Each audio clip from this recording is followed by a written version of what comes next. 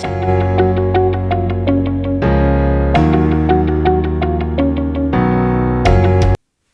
and welcome back to another video here on Sam's Crafty Castle. It has been a while, but I'm really glad to be back today with what I consider to be a very special video.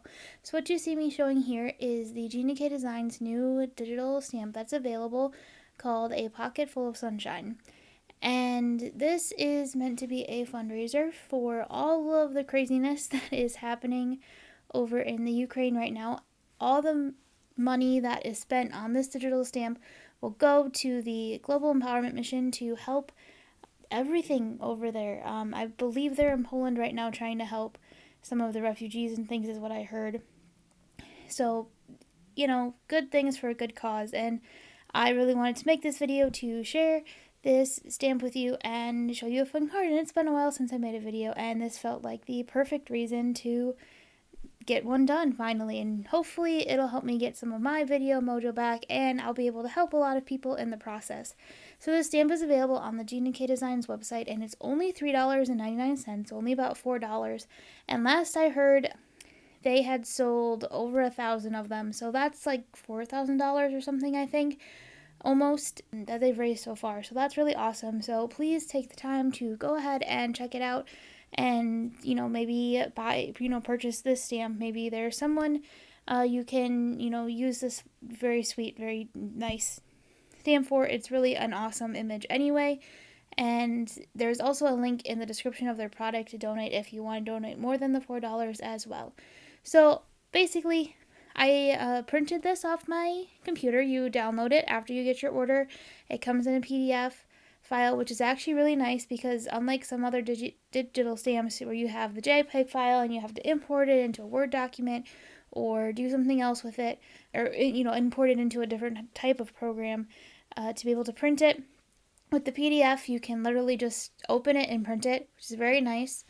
And you get two, as you saw earlier, the 8.5 by 11 page prints with two essentially of the same thing, with the same image and the same greetings.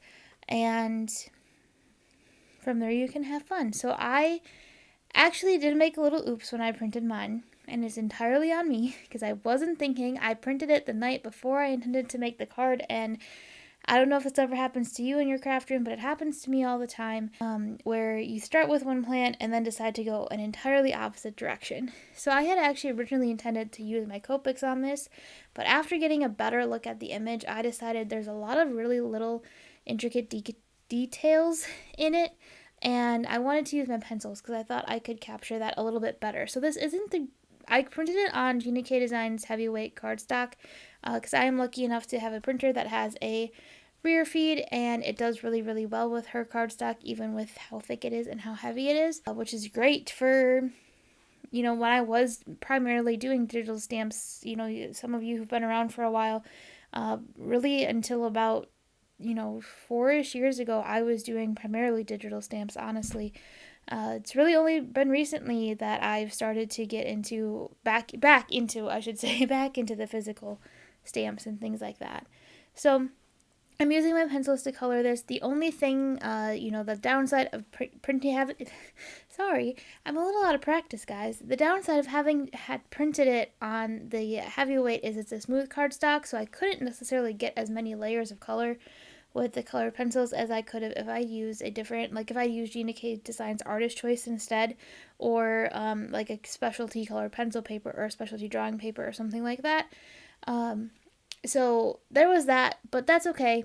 This is still a relatively small image, so I didn't feel like I needed to get that much detail into it, so it all worked out in the end. Earlier, you probably saw, and you'll see me do it again, I want to talk about it, but I was talking about the fundraiser. I had a small piece of paper next to me that I used to sort of swatch out my colors. I'm not one to necessarily plan color blends. If you guys know who Kathy Rakusin is, she does this thing called color picking a lot, which is basically just reach in and pull out, your whatever colors and run from there. And that's a lot of what I do. I'll know, okay, I want to make a yellow flower, so I'll just grab 3 yellow markers or 3 yellow pencils or whatever I have, and that's where we go. I don't really spend a whole lot of time planning color blends or thinking about them or anything like that, because for the most part, you can make almost anything work. Unless they're drastically different, then sometimes you might need to try a little harder. But for the most part, you can make almost anything work, especially with pencils, because pencils, I think, are really forgiving generally to blend with, especially if you follow the rule of layers. That is my number one color pencil blending, coloring, whatever tip when it comes to pencils is layers are your friend. It does take a long time to do pencils well, or to, what most people decide as well, because everyone's version of great is different. And but to do what most people like to see, it does take a lot of time, especially with pencils, and a lot of times your hand hurts after. The one advantage of pencils, though, is that you can take breaks where you can't always with other mediums. Like Copics you have to work fairly fast with, and watercolors you have to work like real fast with. Pencils, if you need a break, you can take a break. You don't have to work section by section, because if you don't finish the section, you can come back. Where like markers, if you don't finish the section and it dries, your blending is going to be that much harder. Watercolors, it could be like nearly impossible to blend sometimes if you wait too long, depending on how much water and a lot of different things. But still, it's, pencils are very forgiving in that way. If you need to take your time and do something over, like I took a break in the middle of doing this to go get my dog food because she was out, and I took a lunch break towards the end of coloring this, and I didn't have to worry about it. I didn't have to feel like, short of the fact that I was filming, and it's always annoying to start and stop filming because then there's more editing, but still, there you go. There's my little paper. So that's me. I had grabbed 3 greens and I just wanted to see if they were going to work together. So I always have a little piece of paper like that when I'm coloring. Markers, pencils.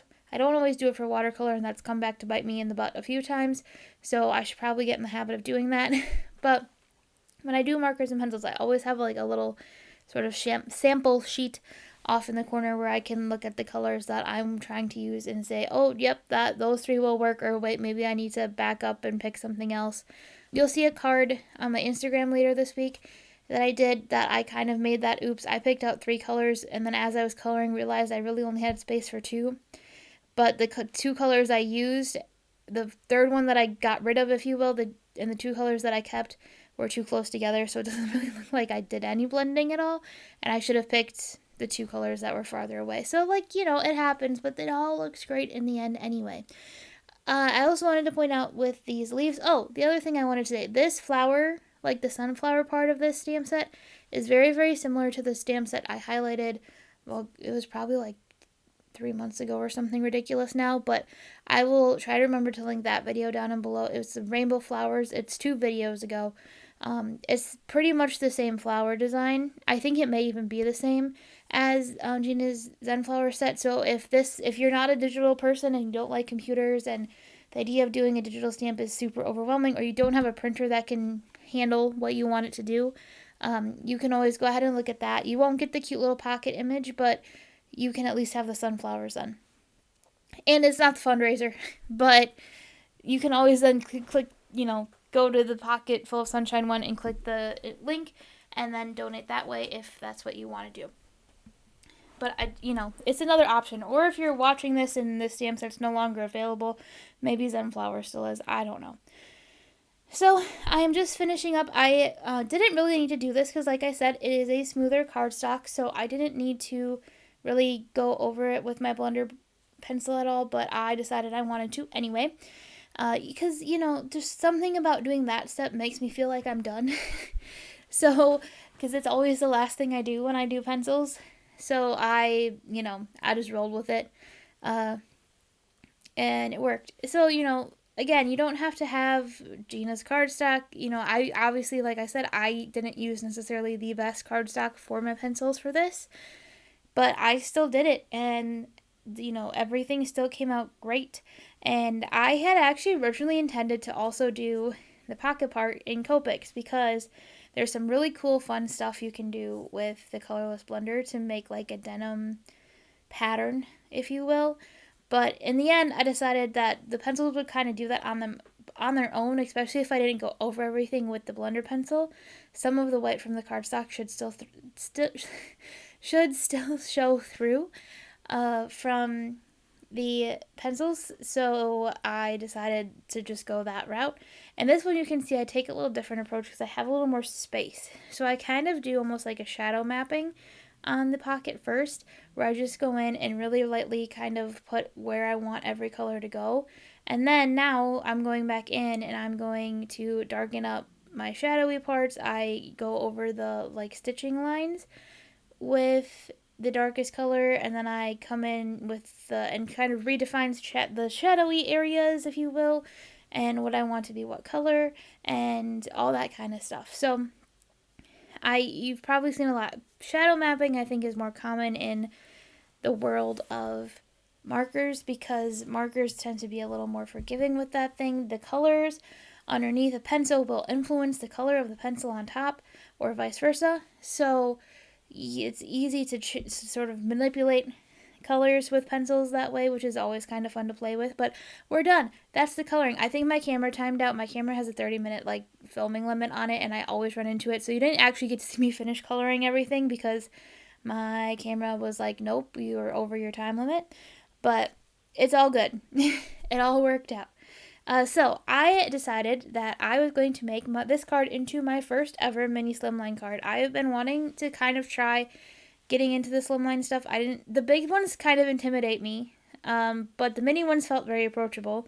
And I had bought the Master Layout 7 from Gina Designs to try to motivate myself to do some mini Slimlines. And I also just bought the Master Layouts 10 to try and motivate myself to do big Slimlines, and this image ended up being sized perfectly for a mini Slimline, so I decided to go for it. So this is my first mini Slimline card, yay! And you're going to see what I learned about mini Slimline cards right here.